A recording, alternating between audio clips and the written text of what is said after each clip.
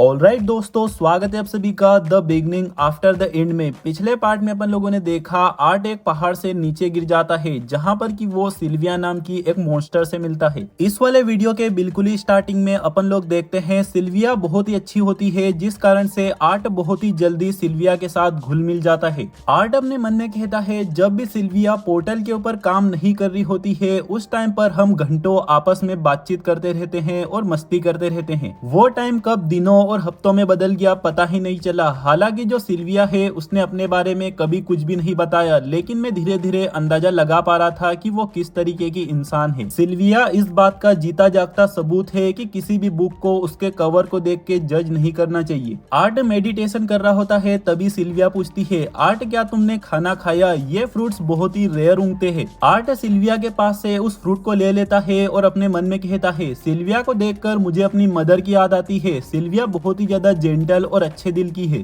इसी के साथ आर्ट को उन डाकुओं का ख्याल आता है जिन्हें की याद करके आर्ट बहुत ही ज्यादा गुस्सा हो जाता है और कहता है अगर उनमें से एक भी जिंदा हुआ तो मैं उन सभी को खत्म कर दूंगा। वो बहुत ही बेकार मौत डिजर्व करते हैं। ये सुनकर सिल्विया आर्ट को अपनी उंगली से हिट करती है और उसे नीचे गिरा देती है और कहती है तुम्हारे दिल के अंदर अगर नफरत और बदले की भावना उत्पन्न होती है तो इससे तुम्हारा ही घाटा होगा। ऐसे में तुम्हें आगे चलकर बदनसीबी का सामना करना पड़ेगा। इसी कारण से तुम्हारे दिल के अंदर जितनी भी नफरत और गुस्सा है उसे अपने दिमाग पर हावी मत होने दो। तुम्हें इन सब से कुछ सीख लेनी चाहिए और अपनी जिंदगी को खुशी खुशी आगे बढ़ना चाहिए। अगर तुम ऐसा कर पाते हो तो तुम तभी सचमुच में एक विनर कहलाओगे। इतनी शानदार और बढ़िया स्पीच देने के बाद सिल्विया कहती है कहीं मैंने तुम्हें ज्यादा जोर से तो नहीं मार दिया? क्या यह तुम्हें अभी भी दर्द हो रहा है? आर्ट अपने मन में कहता है लाइफ और मोरल्स के बारे में ऐसे किसी के मुंह से लेसन सीखना जो कि दिखने में खुद ही बहुत ही ज्यादा इविल है, इससे मेरे दिल में बहुत ही ज्यादा अफेक्ट हुआ है। सिल्विया कहती है आर्ट्स क्या हुआ, तुम ये फ्रूट्स क्यों नहीं खा रहे हो? एकदम से आर्ट सूद में आता है और कहता है नहीं नहीं कुछ नहीं, मैं ठीक हूँ। इतने में आर्ट की नजर सिल्विया के घाव पर पड़ती है जिसकी हालत पहले से खराब लग रही होती है। सिल्विया कहती है तुम चिंता मत करो, ये कभी जभी इसी तरीके की तकलीफ देता रहता है। वैसे मैं कुछ तुम्हारे बारे में जानना चाहती हूँ। मुझे तो लगा था कि ह्यूमंस 12 से 13 साल के आसपास में अवेकन होते हैं, लेकिन आखिर तुम्हारा माना कोर कैसे डेवलप हो गया? तुम कई सारे मेजेस से ज्यादा अच्छे तरीके से अपने माना को इस्तेमाल कर पाते हो। आर्ट कहता है क्योंकि मेरे पेरेंट्स ने कहा है कि मैं एक जीनियस हूँ। सिल्विया कहती है अगर ये बात है तो मैं तुम्हें कुछ सिखाना चाहती हूँ। आर्ट कहता है क्या चीज?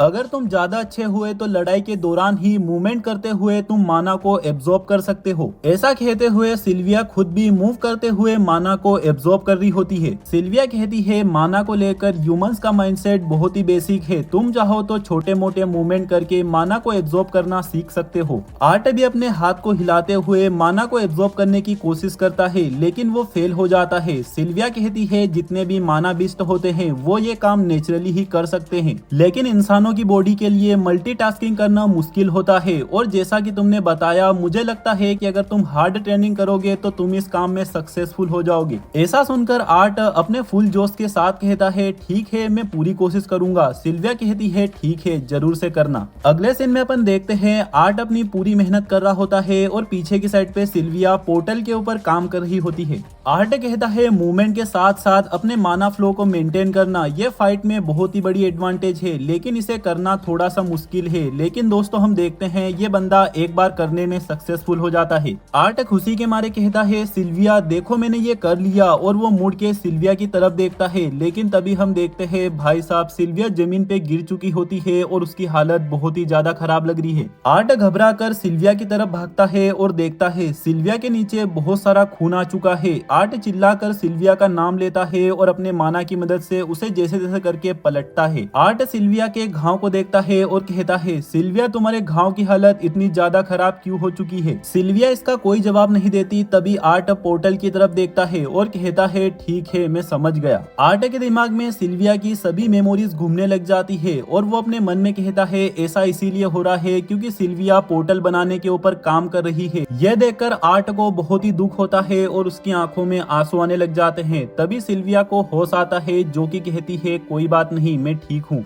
आर्ट कहता है ठीक कैसे है जबकि तुम मेरे लिए अपनी खुद की जान गंवा रही हो? अगले सीन में अपन देखते हैं आर्ट अभी भी रो रहा होता है, जो कि अपने मन में कहता है जब से मेरा बर्थ हुआ है मैं बच्चे की तरह आज पहली बार इतना ज्यादा रोते ही जा रहा हूँ। सिल्विया कहती है आर्ट शांत हो जाओ, अपन दोनों के पास साथ में बहुत ही कम टाइम बचा है और मैं नहीं चाहती कि ये इस तरीके से जाया जाए कि तुम अपने आप को ब्लेम करते रहो। आर्ट कहता है मैं अपने आप को ब्लेम कैसे ना करूँ जबकि तुम अपने आप को सेक्रीफाइस कर रही हो मेरे लिए ताकि मैं अपनी फैमिली से मिल पाऊँ। सिल्विया कहती है लेकिन इस तरह से तो तुम तो मेरी मदद कर रहे हो कि इस केव से मुझे जल्दी छुटकारा मिल जाएगा। मेरा नाम मेरे फॉर्म के साथ मैच नहीं खाता है कि नहीं। इसी के साथ हम देखते हैं दोस्तों सिल्विया का हाथ गायब होने लग जाता है और हम देखते हैं पूरी की पूरी सिल्विया ही गायब होने लग जाती है। लेकिन भाई साहब ये आखिरी में क्या हो रहा है, सिल्विया एक अलग ही तरीके के शख्स में कन्वर्ट हो चुकी है। सिल्विया कहती है क्या अब मेरा नाम मेरे ऊपर ज्यादा सूट हो रहा है। आर्ट पूछता है ये क्या सिल्विया, क्या तुम एक ड्रैगन हो।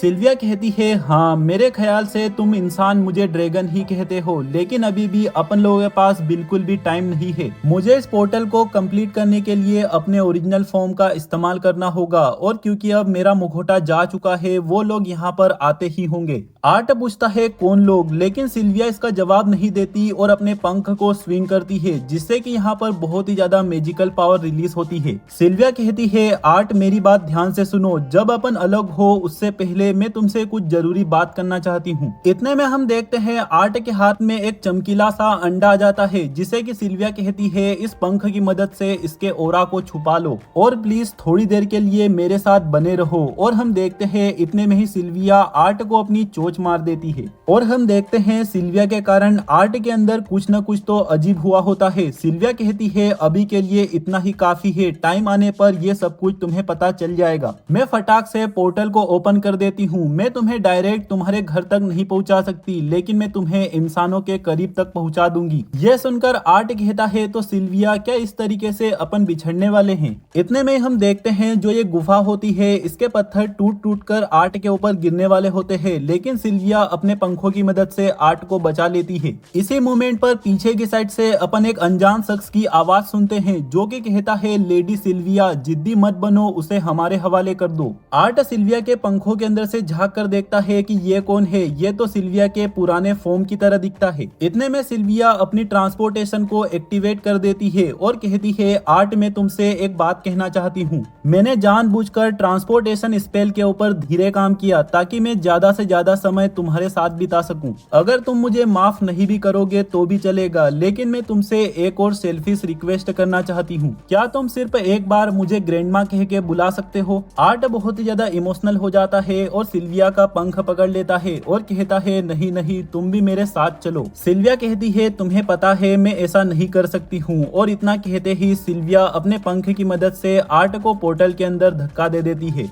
आर्ट चिल्लाकर कहता है नहीं सिल्विया और एकदम लास्ट में चिल्लाकर कहता है ग्रैंडमा और ये सुन के सिल्विया को बहुत ही खुशी होती है। आर्ट पोर्टल के थ्रू दूसरी साइड पर चला जाता है जहाँ पर कि वो जमीन पे गिरता है और अपने मन में कहता है क्या वो चली गई, क्या मैं दोबारा सिल्विया से नहीं मिल पाऊंगा। मैंने जितने भी 4 महीने के आसपास सिल्विया के साथ बिताए हैं वो मेरे दिमाग में घूम रहे हैं। वो टाइम बहुत ही लंबा और बहुत ही छोटा दोनों ही एक साथ था। सिल्विया ने मुझे अपने बेटे की तरह ट्रीट किया था और मुझे ऐसी चीजें सिखाई थी जिनकी मेरे अंदर कमी थी। इतने में हम देखते हैं आर्ट के दिमाग में थोड़ा सा दर्द टाइप का होता है और उसको सुनाई देती है सिल्विया की आवाज जो कि कह रही है क्या तुम मेरी आवाज को सुन पा रहे हो। अगर तुम ये आवाज को सुन पा रहे हो इसका मतलब मैंने तुम्हें दिखा दिया कि असलियत में मैं क्या हूँ। इतने में ही आर्ट अपने मन में कहता है जरूर से उस मोमेंट पर सिल्विया ने मेरे अंदर एक मैसेज को छोड़ दिया। सिल्विया की आवाज कहती है तुम्हारी एज बहुत ही छोटी है लेकिन इसके बावजूद भी तुमने अपने माना को डार्क रेड स्टेज तक पहुंचा दिया है, लेकिन इतना काफी नहीं है, तुम अभी भी कमजोर हो। इसी कारण से मैंने अपनी विल को तुम्हारे अंदर फ्यूज कर दिया है जिससे कि तुम्हारा फ्यूचर डेवलपमेंट हो सकता है। यह मेरी तरफ से एक गुड बाय गिफ्ट है। तुम्हारा डेवलपमेंट इस चीज के ऊपर निर्भर करता है कि तुम मेरे गिफ्ट को किस तरीके से इस्तेमाल करोगे। और हाँ एक और बात, मैं फील कर सकती हूँ कि तुम इस वक्त कैसा महसूस कर रहे होगे, लेकिन तुम्हारे पास तुम्हारी फैमिली है जिनका कि तुम्हें ख्याल रखना है। मेरी यही इच्छा है कि तुम अपने बचपन को अच्छे से एंजॉय करो और बड़े होकर एक अच्छे इंसान बनो ताकि मुझे और तुम्हारे पेरेंट्स को तुम पर प्राउड हो। एक और बात, जब तुम्हारा माना कोर व्हाइट स्टेज पर पहुंच जाएगा तुम मुझे दोबारा से सुन पाओगे। उस समय पर मैं तुम्हें सब कुछ समझा दूंगी जो कि तुम्हें समझना है।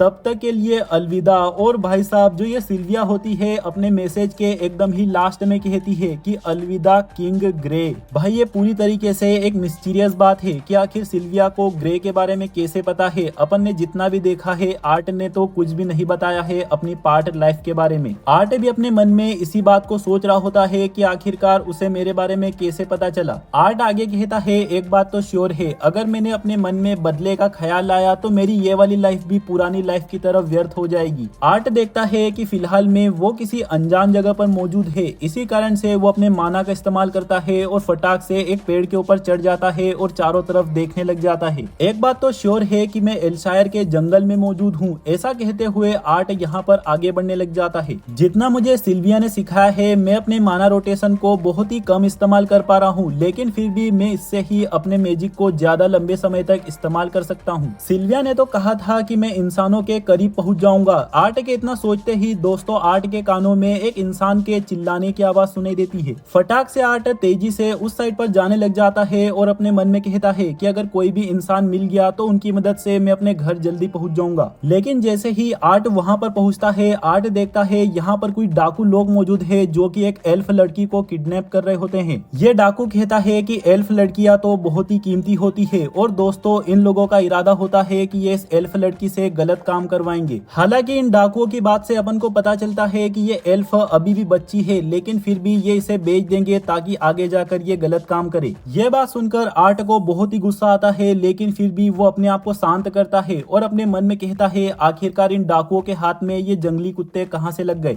अगर इनमें से किसी एक को भी मैं काबू में कर लेता हूँ तो ऐसे में इस फॉरेस्ट से निकलना मेरे लिए आसान हो जाएगा। रही बात इन डाकुओं की, जो मेरे अंदर इतना ज्यादा गुस्सा भरा हुआ है वो इनके ऊपर उतारना सही होगा, लेकिन मैं इन चारों से एक साथ नहीं लड़ सकता। इसी कारण से मुझे इनका थोड़ी देर तक पीछा करना होगा और अपनी स्ट्रेंथ को इकट्ठा करना होगा। आर्ट अपने आप को पूरी तरीके से तैयार कर लेता है और इन जंगली कुत्तों के ऊपर एक नट फेंक के मारता है, जिस कारण से ये लोग चिल्लाने लग जाते हैं। एक डाकू नीचे उतरता है और कोशिश कर रहा होता है इन कुत्तों को शांत कराने की, लेकिन आर्ट इसी मौके का फायदा उठाता है और इस डाकू को खत्म कर देता है और इसके पास से चाकू ले लेता है। एक दूसरा डाकू कहता है कि आखिर तुम्हें इतना ज्यादा टाइम क्यों लग रहा है, और हम देखते हैं आर्ट धीरे से आता है इस वाले डाकू के पास और इसे भी खत्म करके रख देता है। आर्ट कहता है इस छोटी बॉडी के कारण मुझे लड़ने में दिक्कत हो रही है, लेकिन जब तक वो दो डाकू सो रहे हैं मुझे इस मौके का फायदा उठाना होगा। लेकिन इतने में ही उन दोनों डाकुओं की आवाज आती है जो कि जगे हुए होते हैं, सोए नहीं होते। आर्ट बहुत तेजी से इस डाकू के ऊपर हमला कर देता है, लेकिन ये डाकू बहुत ही चौकन्ना होता है, जिस कारण से ये आर्ट के अटैक को ब्लॉक कर लेता है अपनी स्वार्ड की मदद से।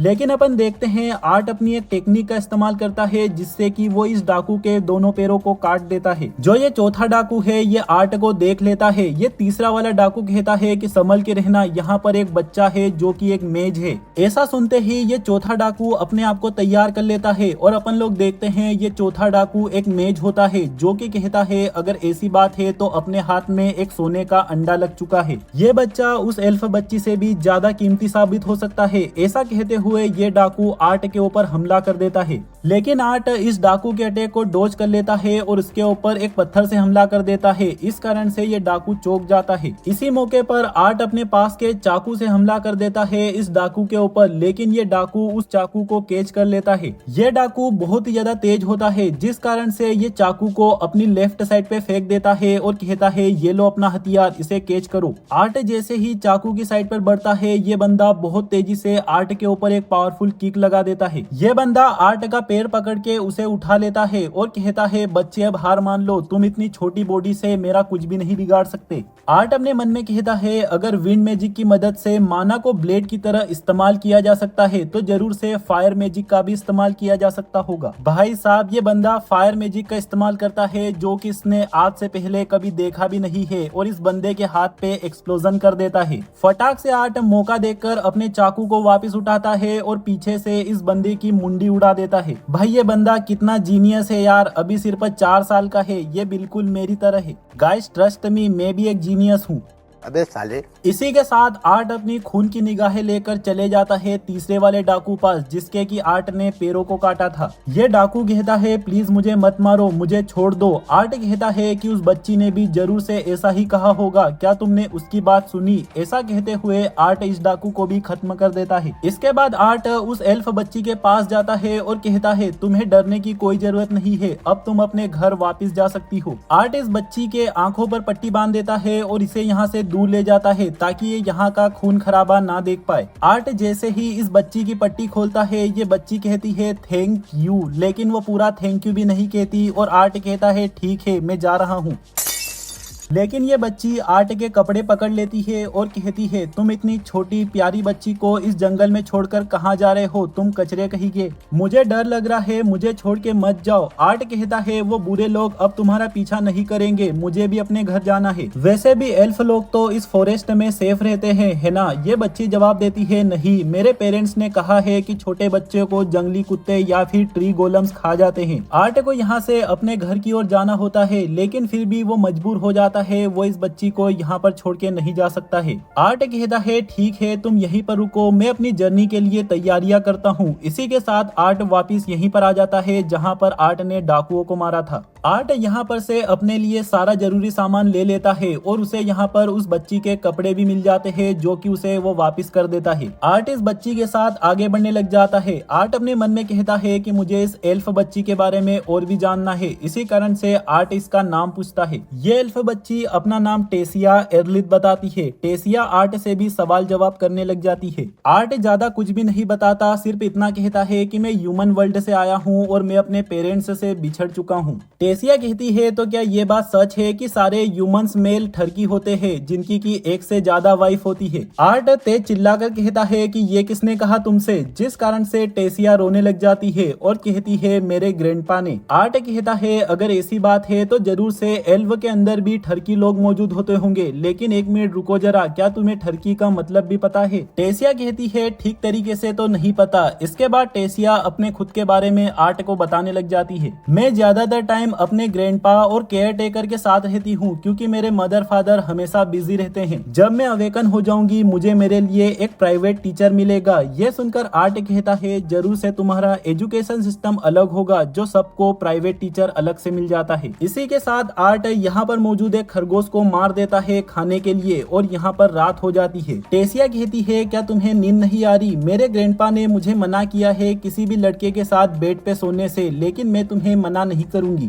आर्ट कहता है मुझे नींद नहीं आ रही, वैसे भी मुझे यहाँ पर पहरा देना है। थोड़ी देर में टेसिया वापस झाँककर कहती है कि यहाँ पर मैजिकल बीस्ट आते हैं और अगर उन लोगों को पता चल गया कि तुम बच्चे हो तो तुम्हारे ऊपर हमला कर सकते हैं, इसी कारण से तुम अंदर आ जाओ, ये अपन दोनों के लिए सेफ होगा। आर्ट समझ जाता है कि टेसिया को डर लग रहा है, इसी कारण से आर्ट भी अंदर आ जाता है और यहाँ पर टेसिया सो जाती है, लेकिन सोते सोते भी आर्ट के कपड़े पकड़ के ही सोती है। ठीक है दोस्तों, ये वाला चैप्टर भी खत्म हो जाता है। आज के दिन अपन लोगों ने 4 चैप्टर्स को कवर किया है। मिलते हैं अब परसों वाले वीडियो में, इसीलिए सारे के सारे भाई लोग चैनल को सब्सक्राइब करके बेल आइकन को ऑल पे सिलेक्ट कर देना, क्योंकि मैं जैसे ही वीडियो डालूंगा तुम सभी लोगों को पता चल जाएगा। ठीक है दोस्तों, इसी के साथ मिलते हैं बहुत ही जल्द अगले वीडियो में। तब तक के लिए मेरे सारे भाई लोगों को बाय बाय, सायोनारा।